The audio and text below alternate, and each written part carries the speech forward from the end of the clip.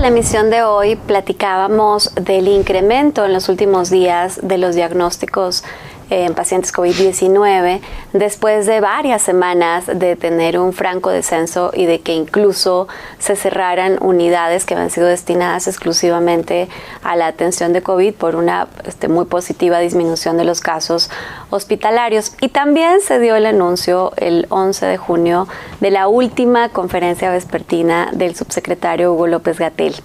Y después de más de 450 conferencias y de todo lo que ello ha suscitado, no solo en los medios de comunicación, sino en materia de salud pública, valía la pena invitar de nuevo al doctor Javier Tello, médico y especialista en temas de salud pública, a platicar, a tener una conclusión sobre esas primeras más de 450 conferencias y de hasta ahora cómo nos ha ido en una pandemia que, por cierto, no ha terminado. Así que bienvenido, doctor Tello, otra vez a Mundo Salud. Qué gusto, Juana, que siempre me gusta estar aquí. Y a mí me gusta que estés aquí. Bueno, Javier, pues me escuchabas hace un rato de las conferencias vespertinas del doctor Hugo López-Gatell y tú has sido un crítico muy fuerte respecto del manejo de la pandemia por parte del gobierno federal y de los gobiernos estatales y particularmente del liderazgo, muy controvertido, por cierto, del doctor Gatell en sus conferencias y en las decisiones que se han tomado en materia del manejo de la pandemia. ¿Cómo analizas estas sesiones? ¿Cuáles son tus conclusiones más relevantes al respecto? Bueno, mira, como siempre he dicho, yo fui, creo que de las primeras personas que se congratuló cuando nos dieron a conocer que iba a haber un ejercicio independiente en el cual alguien que tenía un respaldo en salud pública, un respaldo supuestamente científico, iba a hablar. A mí me pareció eso excelente, porque lo último que yo quería ver era al jefe del Ejecutivo hablando sobre eso o un foro donde no entendiera absolutamente nada. Tienes razón, o sea, estamos en un reto de salud pública, tal vez el más importante del que todos los que estamos vivos tenemos memoria. Y hay de dos, o esto se maneja con un discurso político o con un discurso económico que ha pasado en otros países, o lo maneja un especialista, médico, epidemiólogo, que realmente conozca las variables de salud pública y por tanto estemos en manos de la ciencia y no de la política para atender la emergencia. Es correcto. Y además, vaya, en mis 2 centavos de entrenamiento de relaciones públicas me enseñaron que cada vocero debe de saber de lo que está hablando. Y bueno, pues aparentemente Hugo López-Gatell sabía de lo que estaba hablando. Entonces me pareció maravilloso. Sin embargo, ocurrieron 2 cosas muy interesantes. La primera, que así como un poco inadvertido, no sé si recordarás, que comenzamos a tener en la misma población fronteriza, vis-a-vis la ciudad estadounidense que le tocara, mucho menos contagios reportados que los de enfrente. Sí, a ver, ¿cómo es esto posible que nos estemos enfermando menos, no? Y nadie nos daba una señal de nada, hasta que un buen día surgió la respuesta: es que estamos haciendo menos pruebas. Entonces no es que estemos teniendo menos contagios, sino que estamos realizando menos diagnósticos que en la ciudad estadounidense que es contraparte, ¿no? ¿A quién se le ocurrió esta brillante idea? No, es que la estrategia que tenemos no es de contención, sino de mitigación, del no sé qué. Perdón, estamos yendo completamente en contra de lo que sucede en el mundo.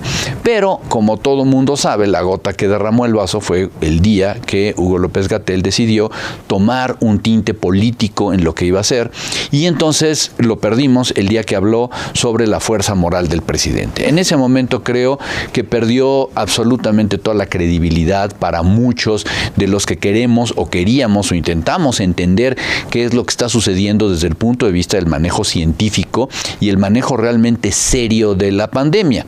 Comencemos porque nunca he entendido yo la verdadera falta de liderazgo que ha tenido la pandemia. Si Hugo López-Gatell iba a ser el vocero, tiene que tener un papel de vocero, no un papel de manager, por así decirlo.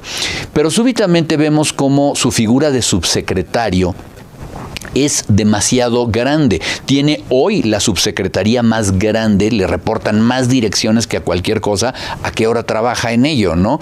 Y además tiene otro trabajo, ser el zar de la pandemia. Y no me puedo imaginar a Hugo López-Gatell moviendo todas las palancas, botones y cosas así para administrar todo lo que se tiene que administrar.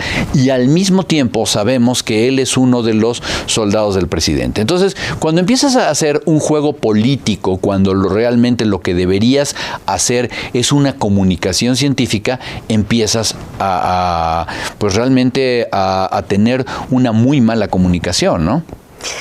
A ver, eso es un poco contrastante con alguna famosa conferencia que también vimos del entonces presidente Donald Trump y también el doctor especialista en Anthony Fauci. Antonio Fauci, que el presidente dijo esto no, esto sí, e inmediatamente la ciencia dijo no, esto no, y todavía no estamos ahí, ¿no? Es contrastante con lo que nos tuvimos que vivir en las conferencias vespertinas. Bueno, básicamente hay un ejemplo más radical, 2 ministros de salud que renunciaron al presidente Bolsonaro en Brasil, porque le dijeron no vamos a hacer esto. Y aquí lo que ocurre es que ya no supimos, teníamos una estrategia de mitigación para el virus, pero una estrategia de contención para proteger la figura presidencial.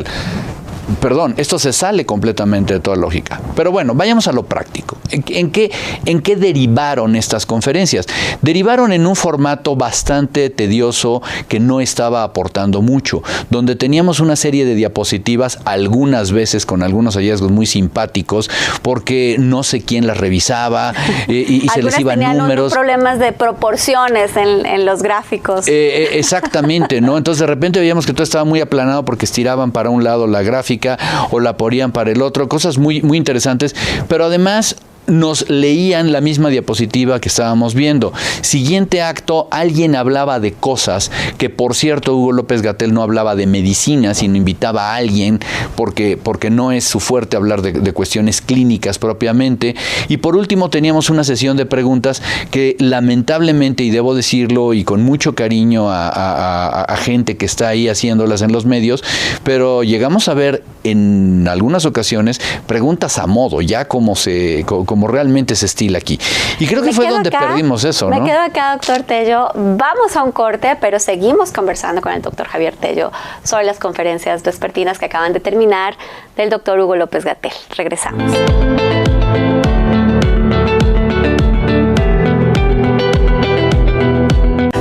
La caída del cabello con el shampoo Chili & Chili, el cual repara, fortalece e hidrata tu cabello.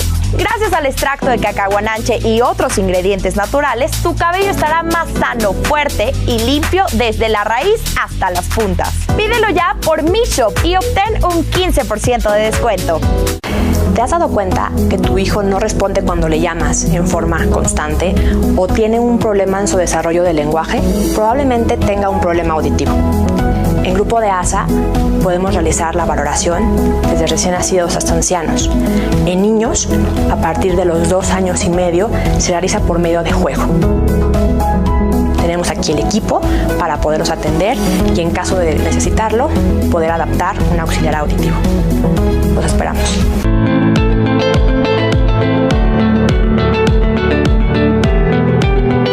Antes del corte nos quedamos justo en el papel de los medios de comunicación durante esta pandemia y su participación en las conferencias vespertinas del doctor Hugo López-Gatell, subsecretario de Salud. Y entonces nos comentabas justamente en ese sentido, Javier, ¿cómo evalúas tú la interacción y las preguntas durante las conferencias? Mira, es que, vaya, en mi entender o en el de muchos de nuestros amigos, en el tuyo mismo, una conferencia de prensa es precisamente un foro en donde tú vas y realmente respondes a varias cosas. No una sesión informativa que, hay que decirlo, se convirtió en un espacio más del gobierno federal, que ya de por sí tiene pues un espacio de varias horas en la mañana y ahora tenía un espacio de otra hora en la tarde. Por cierto que antes de eso había otra conferencia para alguna cuestión económica, creo. Entonces eran varias horas tomadas para estar diciendo cosas. Cuando yo creo que si se trataba de presentar datos, había otras maneras, incluso existen otras maneras tecnológicamente más avanzadas para solamente presentar datos, y que las conferencias se hubieran reservado para cuando realmente había algún punto interesante de cuál que hablar o qué decir. Si no, lo que estaba ocurriendo es que lo que teníamos era algunos medios que solamente estaban absorbiendo y estaban retransmitiendo el mismo mensaje sin cuestionarlo. Y cuando realmente hubo cuestionamientos a los mensajes, vimos a un Hugo López-Gatell terriblemente a la defensiva, en muchas ocasiones bastante hostil con la prensa, altanero hay que decirlo, porque no tenía una respuesta básica. Yo creo que la peor parte de todo ello surge cuando empieza a haber un culto a la personalidad. Y entonces sí fue donde definitivamente eso se volvió un desastre, porque de lo que se trataba ya no era de la pandemia, ni se trataba de las víctimas, ni de los muertos, ni lamentablemente de todas las familias que estaban heridas por haber perdido 250 a 600,000 familias que han perdido a alguien en esto, sino que se trataba de ver que Hugo López-Gatell tenía la razón. Y en algún momento las respuestas eran tajantes, eran violentas, eran, pues como no están aquí, si vinieran aquí es donde se dice y somos el oráculo en donde está la verdad. Y no creo para nada que esa sea la manera de comunicar ciencia, ¿no? Entonces creo que eso se fue perdiendo hasta que no estaban ya representando un valor agregado realmente tenerlas. Y hablas de comunicar ciencia, Javier. Creo que también dejó en evidencia que los medios de comunicación en su gran mayoría adolecen de expertos que puedan comunicar los mensajes y que puedan ser un interlocutor crítico suficiente a las decisiones que se toman en materia de salud en el país. Bueno, yo creo que ya tenemos pretexto para otra charla. Esa es una asignatura pendiente.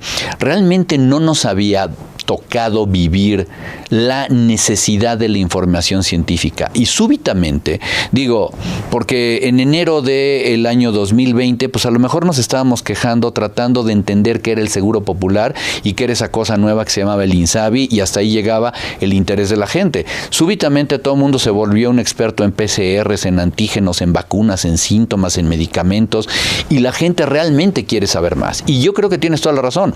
Hoy los medios deberían estar preocupados por tener gente debidamente entrenada para que pudiera hacer frente y pudiera hablar uno a uno con las autoridades sanitarias, con los científicos, que hiciera las preguntas adecuadas y que entendiera las respuestas adecuadas para de esta manera poder comunicarle mejor a la gente, ¿no? Yo creo que coincides conmigo en que la salud, afortunadamente, con la pandemia ha tomado un protagonismo que los que trabajamos en ella tendríamos que mantener en una conversación seria, esto de las fuerzas morales o de los detentes o de el cubrebocas no sirve, pero pues úselo si quiere y salga que no importa y abracémonos todos, más allá de matices políticos, más allá de posturas, es no tomarse en serio la salud.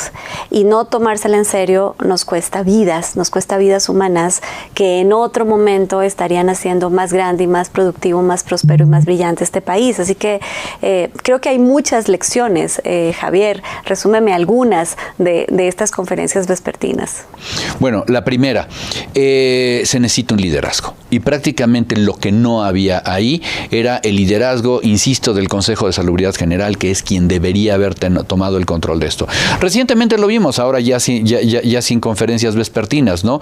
Una falta de comunicación o de señales disímbolas entre el gobierno de la Ciudad de México, de la ciudad capital, con el gobierno federal, en cuanto a semáforos y cosas así. No estamos hablando el mismo idioma, cosa que no surgiría o no existiría si todo hubiera emanado de una sesión colegiada del Consejo de Salubridad General, para empezar, ¿no?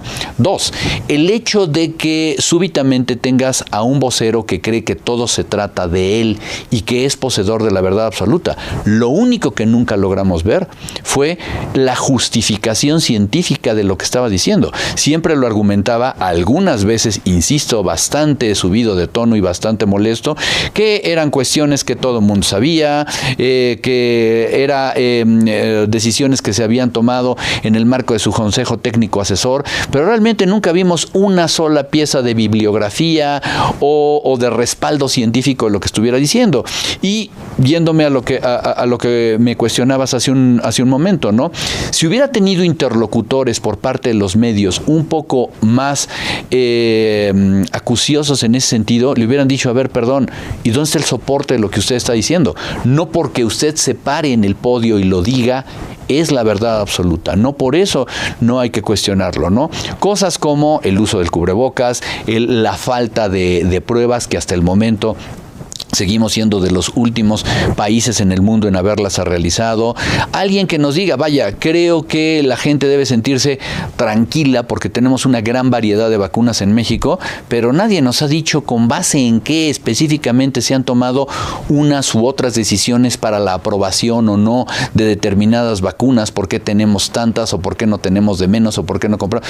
O sea, cosas que se han quedado a deber en explicaciones porque no se han preguntado adecuadamente, pero también hay que decirlo, porque Hugo López-Gatell y la gente con la que estuvo trabajando entendió que ellos no debían dar más explicaciones que las que ahí se tenían, ¿no? Pues bueno, lo que es claro es que seguimos en pandemia, que acabamos de escuchar el incremento nuevamente de casos, que seguramente los semáforos epidemiológicos volverán a cambiar, que todavía estamos escuchando de nuevas variantes de la enfermedad, de pacientes que fueron vacunados y que se contagiaron de COVID, posiblemente de estas nuevas variantes. Así que, por favor, cuídense mucho, sigan usando cubrebocas, eviten los sitios cerrados y las grandes reuniones.